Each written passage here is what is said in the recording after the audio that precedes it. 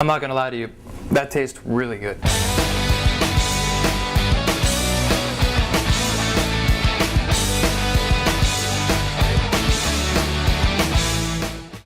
Cheese is easy. You like strong smells? A particularly smelly cheese. Most people seem to think it's hard. Would you call it stinky? How about smelly cheese? Do you like smelly cheese? Talk to people. See what their comfort level is with cheese.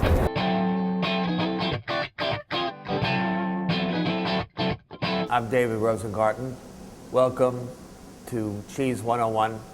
This is the washed rind cheese segment. I usually find that most people who are in a room with washed rind cheeses can't stand the smell. So in support of them, I'm wearing nose clips. For myself, I prefer it without the nose clips. Thank you very much.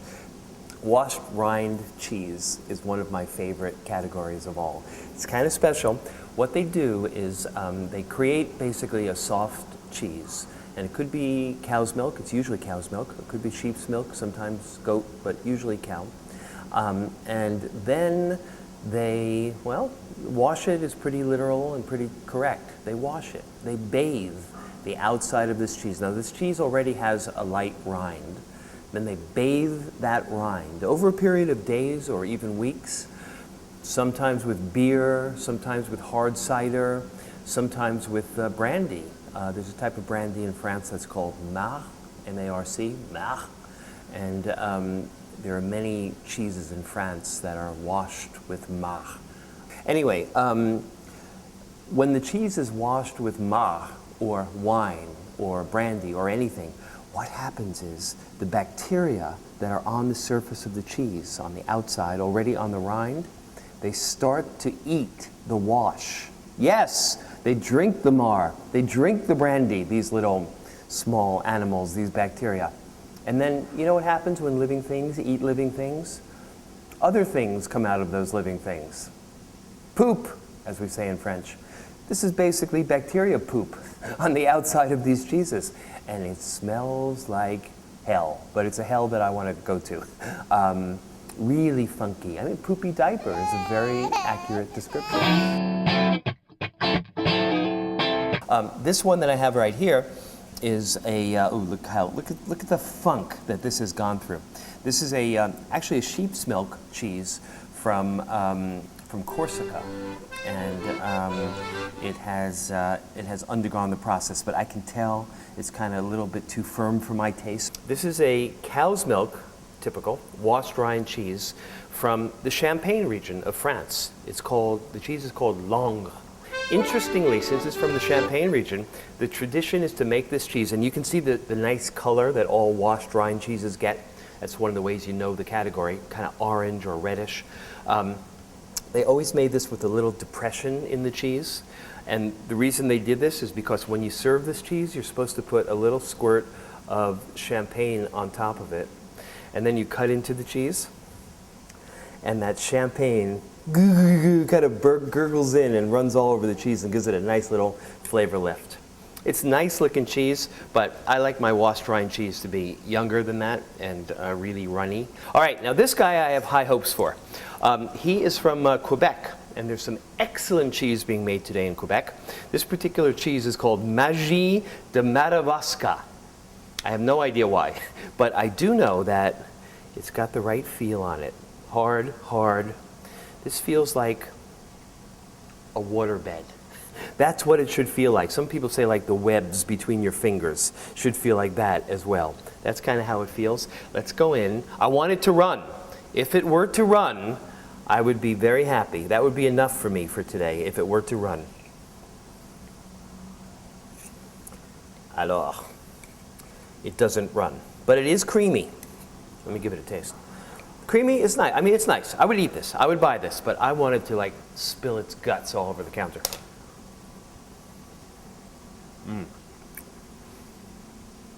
Excellent. Very good, but not runny enough, not stinky enough. Come back and see me when you've tasted something that really tastes like shit.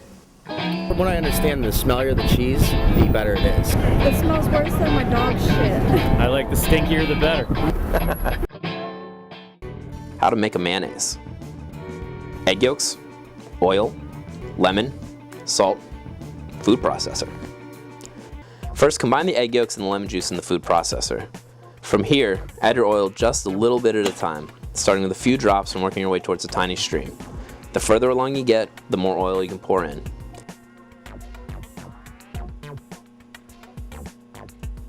If it gets really thick, just add a little bit of water, then go back to pouring in a little bit of oil.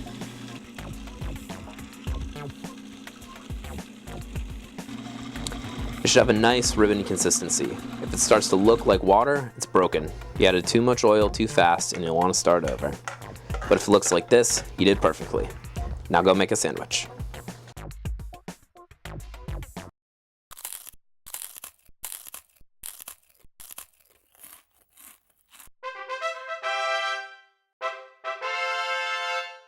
Okay, here we are in northern Thailand. The Thai have a thing for pig. Roast pig, cooked pig, broiled pig, but especially baby pigs. Suckling pig is a national pastime. Everywhere you go, the Thai make it, the Chinese make it, all of the Southeast Asians. But in northern Thailand and Chiang Mai, we find the best. A friend likes to refer to it as alley cat pig because that's about how big it is. You skin the pig, gut it, bone it, and then you chop it up into little crispy pieces. It's a lot of work and absolutely delicious. But you gotta eat it fresh. Once it cools off, it's no good. Whether you're on the side of the road or in a high-class restaurant, Thai roast pig is fantastic. This one here is done with ginger and garlic on the inside and spring onion, chopped into little pieces, presented on a beautiful bed of lettuce. We have a squid side dish to go with that. Even the face is used. In the typical Chinese place, you've got shark fin and vegetables. Your hors d'oeuvres are made from fish sausage, pig's ears, pig's intestine. You can have it with abalone, brown sauce, asparagus. Presentation is always with a lot of dishes, but the center is the pig. It's crispy, it's thin, it's delicate, it's delicious.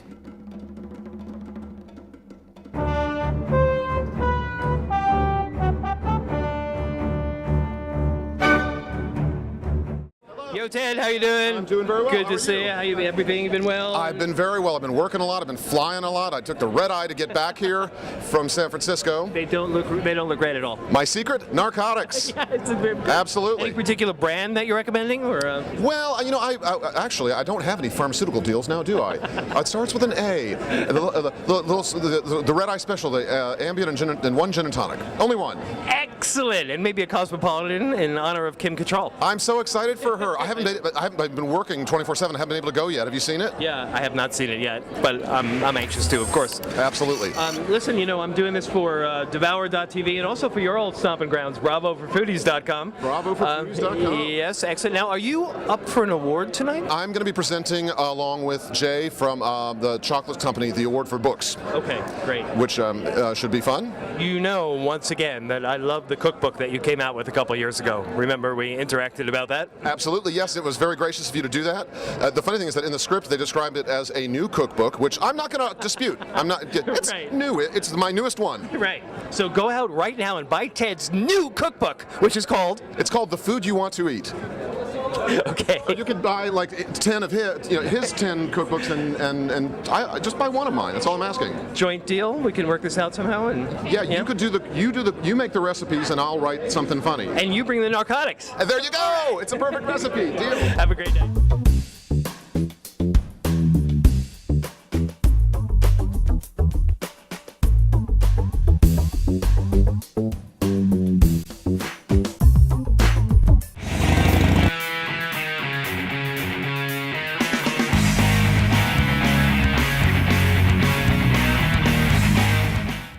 Hey, Gross, tell me about the palate.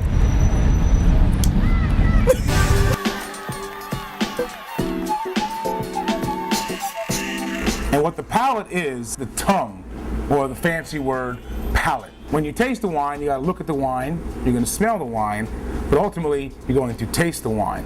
And what I'm gonna do now is just make myself an excuse to stick my tongue out at you, because this is where you taste wine, okay? That right there, that's the tip of your tongue. That's where you have the sensation of sweetness. Here, on the sides of your tongue is where you feel acidity. way in the back is where you feel bitterness and also alcohol. Like a really alcoholic wine will burn your throat. Now also your gums up in here and the roof of your mouth have a lot to do with tasting wines too.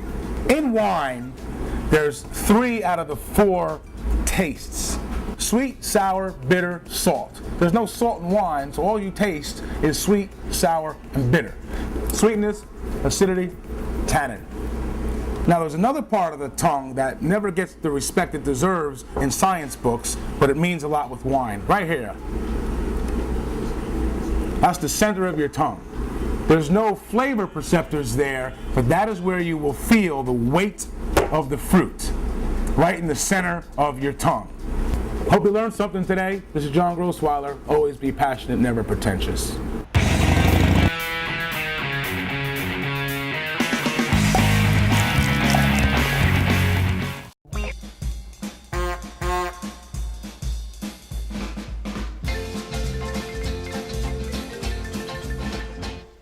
Welcome to Spin the Bottle on Devour TV, and basically you've walked into Jeopardy for wine.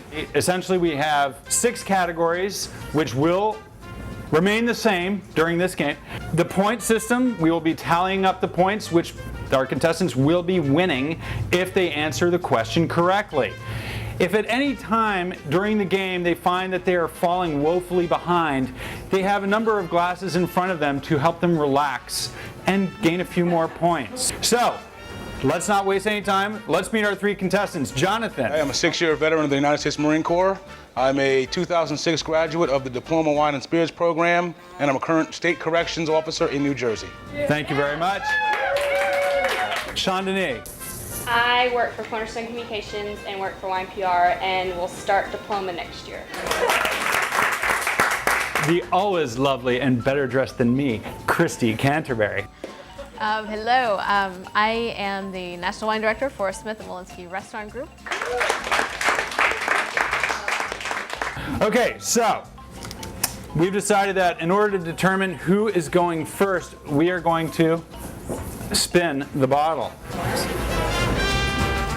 Oh, it's going to be Christy, right?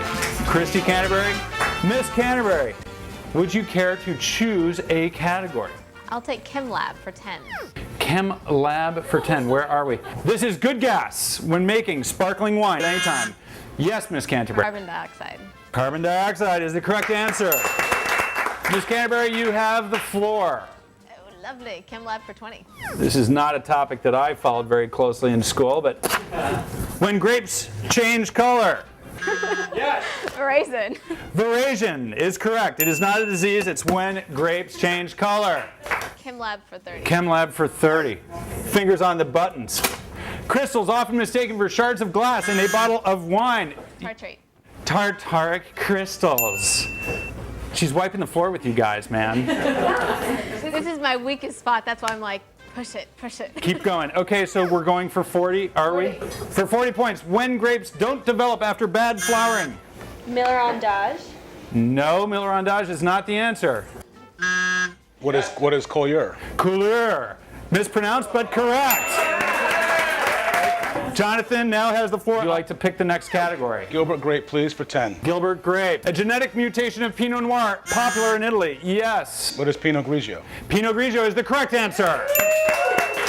Jonathan, would you care to choose the next question? Gilbert grape for 20, please. Gilbert grape for 20. Sticking with the known. Red grape second only to Sangiovese in Italy. Yes. Barbera. What is Barbera? Yes, sir. Barbera. Are we continuing along the same line, or would you care to expand into new horizons? Trivia for 40. Trivia for 40.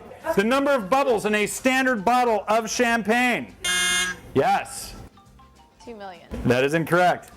Yes. What is 5 atmospheres of pressure? And not the correct answer. Yes. Sean Denis, would you care to give it? 6 million. 6 million. Incorrect. Ladies and gentlemen, bubbles in a bottle of champagne, 49 million. Buy your lotto ticket tonight. What's my name for 30? The river that runs through many of Washington State's most important growing regions. Columbia River. Columbia River. Here we go. Next question, Christy. What's my name for 20? What's my name for 20? A German winery. Yes. A Hof. A Weingut. The second answer was correct. We will give you half points. A Weingut. What's my name for 10? The bottle's butt. Yes, Jonathan. What is a punt? What is a punt? That is correct. Trivia for 10. Trivia for 10. The Roman god of wine. Yes, Jean-Denis. Bacchus. Bacchus is the correct answer. Jean-Denis, you hold the board. Standard operating procedures for 10. Standard operating procedures not followed in this place. Here we go. The alcohol usually added to fortify wine. Yes, Jonathan. What is brandy? Brandy is the correct answer. SOPs for 20, please. The difference between Chianti Classico and Chianti... Half a degree in alcohol. More alcohol is the correct answer. I don't care how many degrees.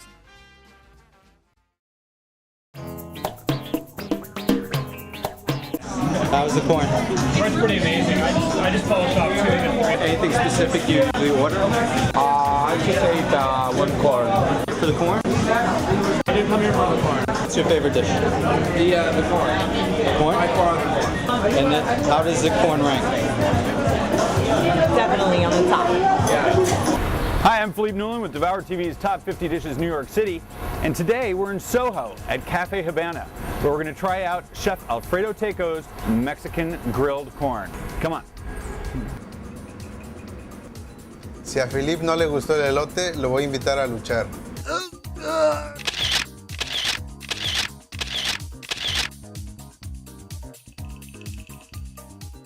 Buenos días. Buenos días. ¿Cómo está? Muy bien, usted. So, we're here to try the grilled corn, el elote. ¿Cómo hacemos? What are we going to do? Aunque le gustaría ver cómo lo preparamos, le puedo preparar uno para usted. This time we're going to go see how it's made. En México no se hace así.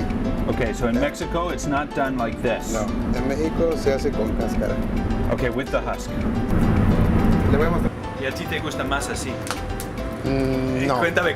¿No? No, a mí me gusta más así. So, the chef is admitting to us that he actually prefers it done the traditional Mexican way. But we're going to make up our own minds when we taste both of them. It doesn't get bitter. It feels like, oh, yeah. Sí.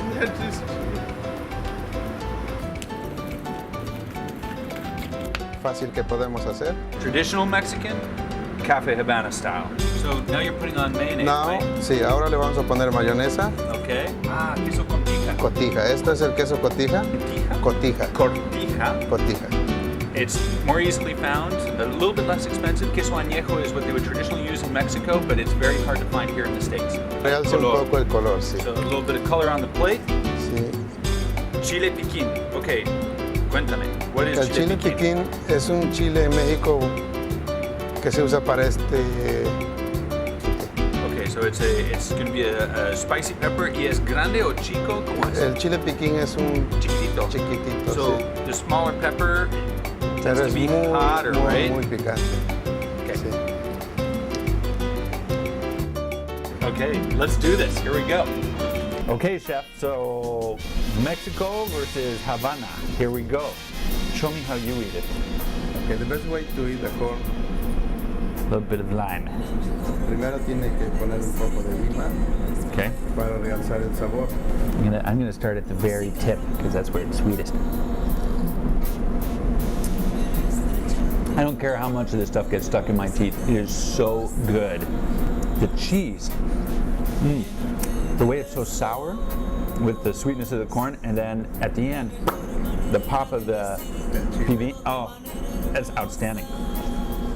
Le voy a mostrar el elote típico de México. Okay, so. El elote típico de México se hace con polvo, chile en polvo y también con salsa. Es como si aquí en Nueva York vendieran hot dogs. The Mexican version of hot dogs. ¿Qué es esta salsa? Es un chile que se llama guajillo. Guajillo. Lleva un poco de tomate. A little bit of tomato. Ajo. Sal, garlic. Salt. Pepper. And the guajillo pepper, caliente? No mucho. No mucho. Esto es más caliente. It smells really hot, chef. You know what it tastes like? It tastes kind of like a sweet barbecue sauce.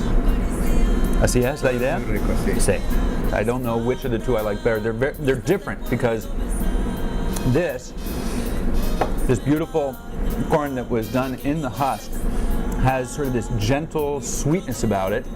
And then when you move over to the Cafe Habana style, it's kind of a little bit hotter in the sense that you have that char that comes from direct contact with the heat of the grill. Both different, both absolutely delicious. You were saying that this is one of your favorite items here at Cafe Habana? How much of, ¿cuántos de estos se vende cada semana? Cada semana aproximadamente de 100 a 120 cajas. So 100 to 120 cases of corn a week. So you're like the corn king of New York. Okay, so here at Cafe Habana, whether you do it the chef's preference, Mexican style, traditional, with the sauce, guajillo, or the Habana style, which has been straight on the grill, caramelized corn, all you need is one of these, a traditional Mexican soda, the jarrito, and you are in heaven. Gracias, chef. Tantas gracias. ¿Quieres comer conmigo? Okay. Salud.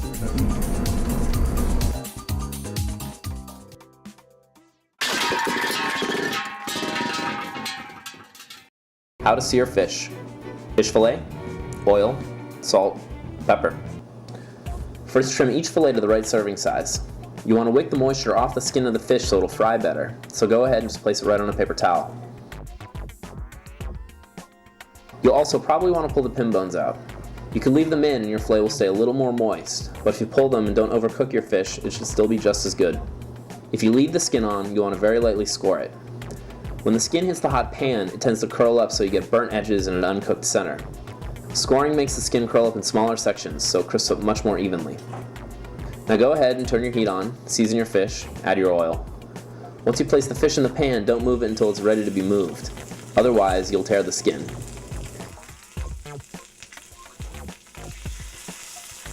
Regulate the heat right and it shouldn't hold on for very long. Once the fish lets go of the pan, you may want to keep crisping the skin, so don't turn it over until it's ready.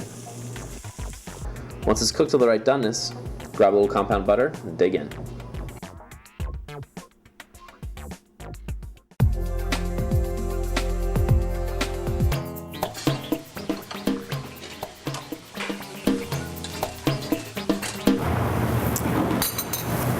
I'm Scott Conant from Scarpetta Restaurant in New York City. So probably one of the craziest stories that's happened to me there's been a lot of them in my career. When I first opened up a restaurant on the East Side, we had a gentleman come in who had been drinking quite a bit, guy from Ireland, and he had a heavy brogue. He actually worked for the United Nations. After a little while, he'd been drinking with a couple friends, and they ended up leaving. I think he had one person left, and then he got his check, and he just was outraged by the bill. I think we had a $12 martini at the time, which in New York City isn't astronomical. It's actually kind of reasonable, all things considered. And I don't know when the chef becomes a voice of reason, but for some reason, after him really carrying on about the bill, he refused to pay it, and we tried to explain to him. He told us that he went to the Four Seasons all the time, and he never paid a bill, so excessive, which is hard to believe. I came out of the kitchen, and I tried to go through the itemized bill with him, and I said, "Sir, if you could see, this bill really isn't," and he had a pen in his hand, and he took his pen as I was trying to explain the itemized, and he stabbed me in the hand. I don't have a mark, unfortunately, but he stabbed me in the back, right in this part of my thumb, and he stormed out of the restaurant, refusing to pay the bill at all. So that's not necessarily the best part of the story. He came back the next day, sober and humiliated, and he just felt horrible. And he brought us a 6-pack of beer as a kind of as an apology. And he proceeded to sit at the bar, and we let him drink again, and he paid his bill from the night before, and all was well. And we ended up picking up his check because he just felt horrible about it. it was a good it was a good story.